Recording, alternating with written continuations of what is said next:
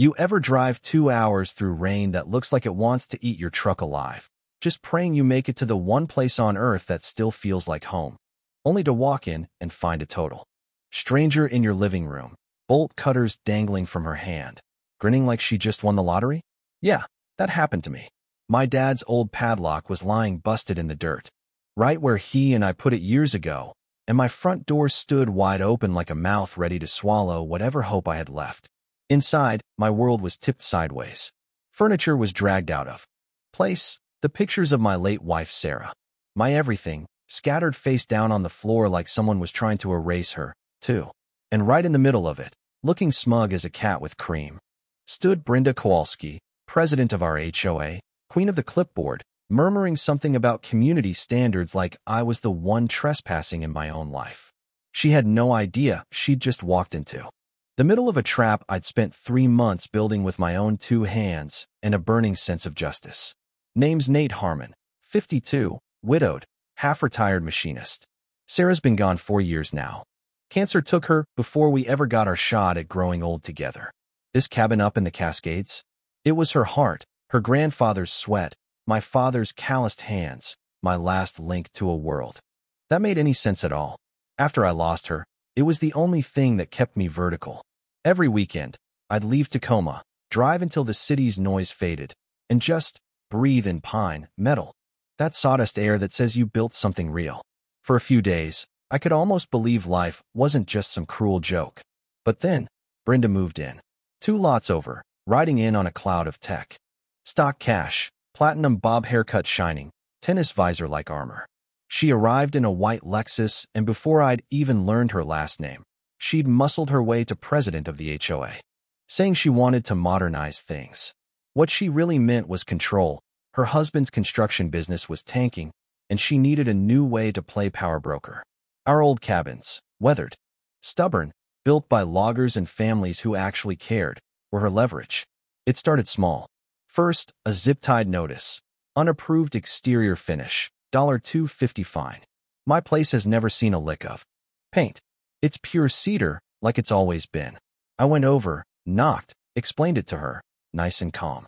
She hit me with that tight-lipped smile, quoting section 8.2.2 about approved materials.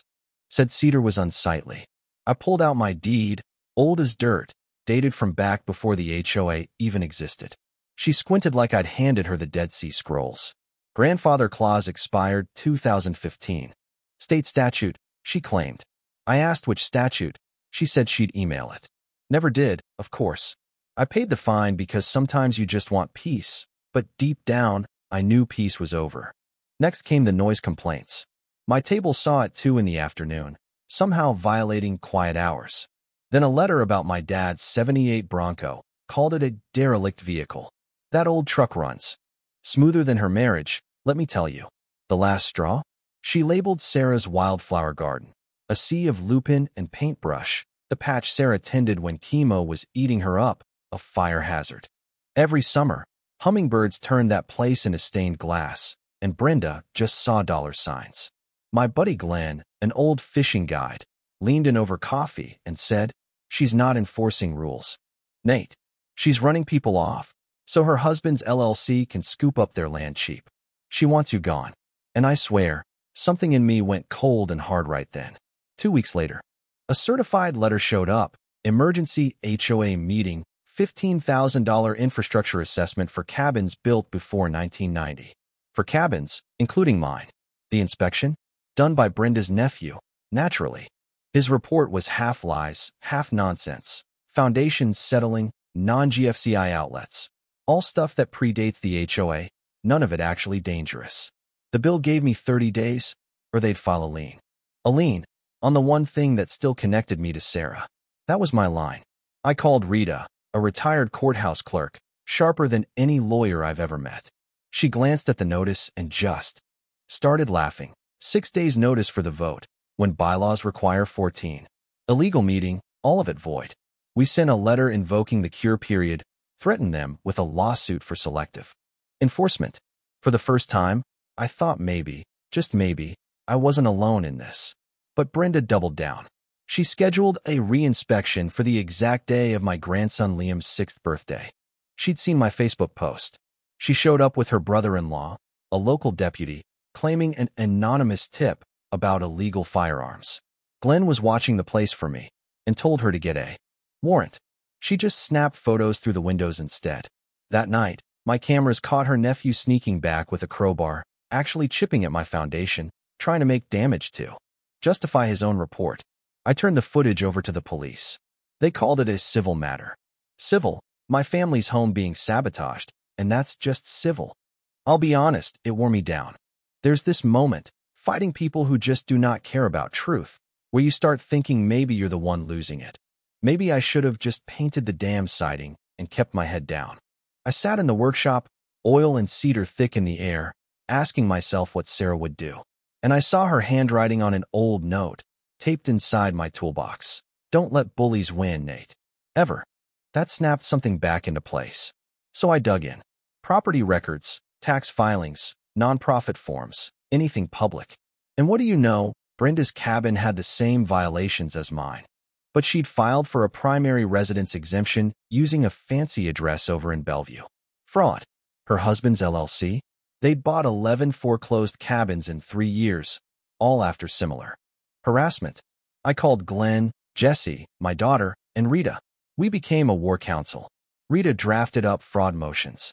Jesse tore apart the inspection report, found the numbers were inflated by 300%. Glenn contacted a reporter, Aisha, who'd been sniffing around HOA scandals. Sheriff Roy, an old buddy from town, agreed to keep an eye out if Brenda crossed the line again. The showdown came faster than I expected. We made a plan. I posted online I'd be out of town for Liam's soccer tournament all weekend. Glenn parked his RV just inside the tree line, and Sheriff Roy's tactical unit, pure coincidence, was training nearby. We waited. 2:51 p.m., Brenda's white Lexus pulled up, her brother-in-law's patrol car right behind. She hopped out, bolt cutters ready, clipped the lock in one go. Caught on my camera, audio clear as day. Section 12.4 permits emergency access, she shouted, as if the deputy might grow a conscience. He didn't stop her, but didn't look thrilled either. They went inside. Brenda started snapping pictures, opening drawers, rifling through my life. Not an inspection, a search. Glenn texted Roy, and just like that, 3 black Suburbans and an armored Bearcat rolled up the drive, engines growling through the woods like a promise. Inside, Brenda froze mid-step. What the hell? The deputy said, realizing this wasn't part of the plan. Brenda waved her clipboard like a shield, insisting, "We're HOA. This is legal." The sheriff's loudspeaker drowned her out. "Occupants, come out with your hands visible. This is the sheriff's department." The deputy turned on Brenda. "Did you actually get a warrant?" She snapped, "We don't need one." He stepped back. "That's not how laws work." Then the door busted open, for operators in.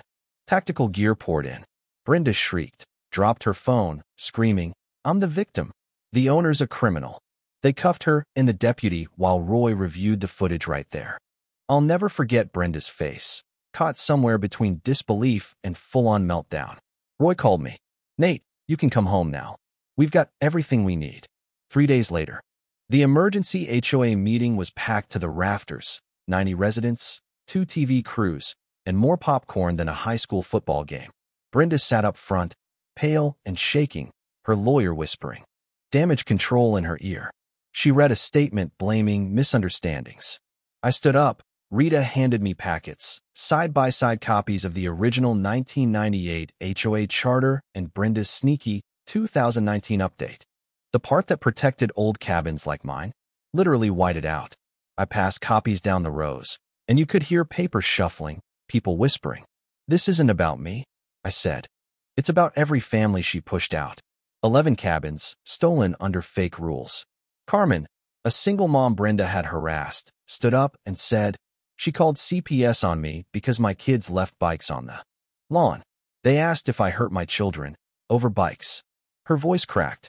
Old Ed flashed a photo of his 200-year-old oak, chopped down after Brenda lied about a utility easement. People gasped. Glenn played the recording of Brenda's nephew offering him a $5,000 bribe to keep quiet.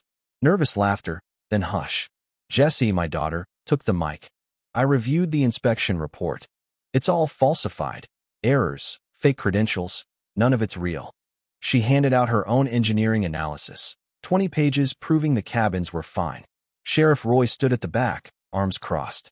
Next to him, a woman in a navy blazer raised her badge, Investigator Chun, State Attorney General's office.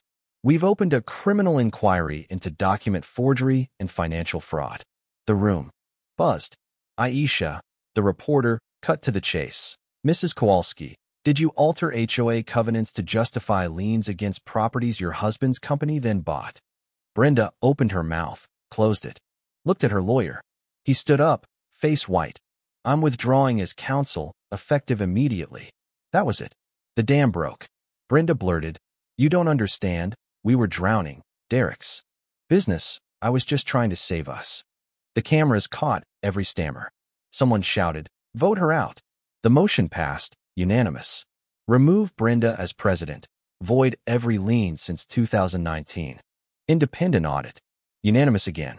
Brenda gathered her papers with shaking hands and slipped out like a ghost. No visor, no perfume, just the cold fear of someone finally caught. When she passed, me, I said quietly, you could have just followed the rules. She didn't even look back. And that's it. That's how justice works. Not with fireworks or speeches, but with truth and patience. Never mistake silence for weakness. Some of us are just sharpening our tools, waiting for the right moment to strike back. Now let me ask you, have you ever seen an HOA or someone in power try to steamroll regular folks like this? What would you have done in my shoes? Drop your thoughts below. Share your stories, your justice, your wins, your scars. Let's make some noise.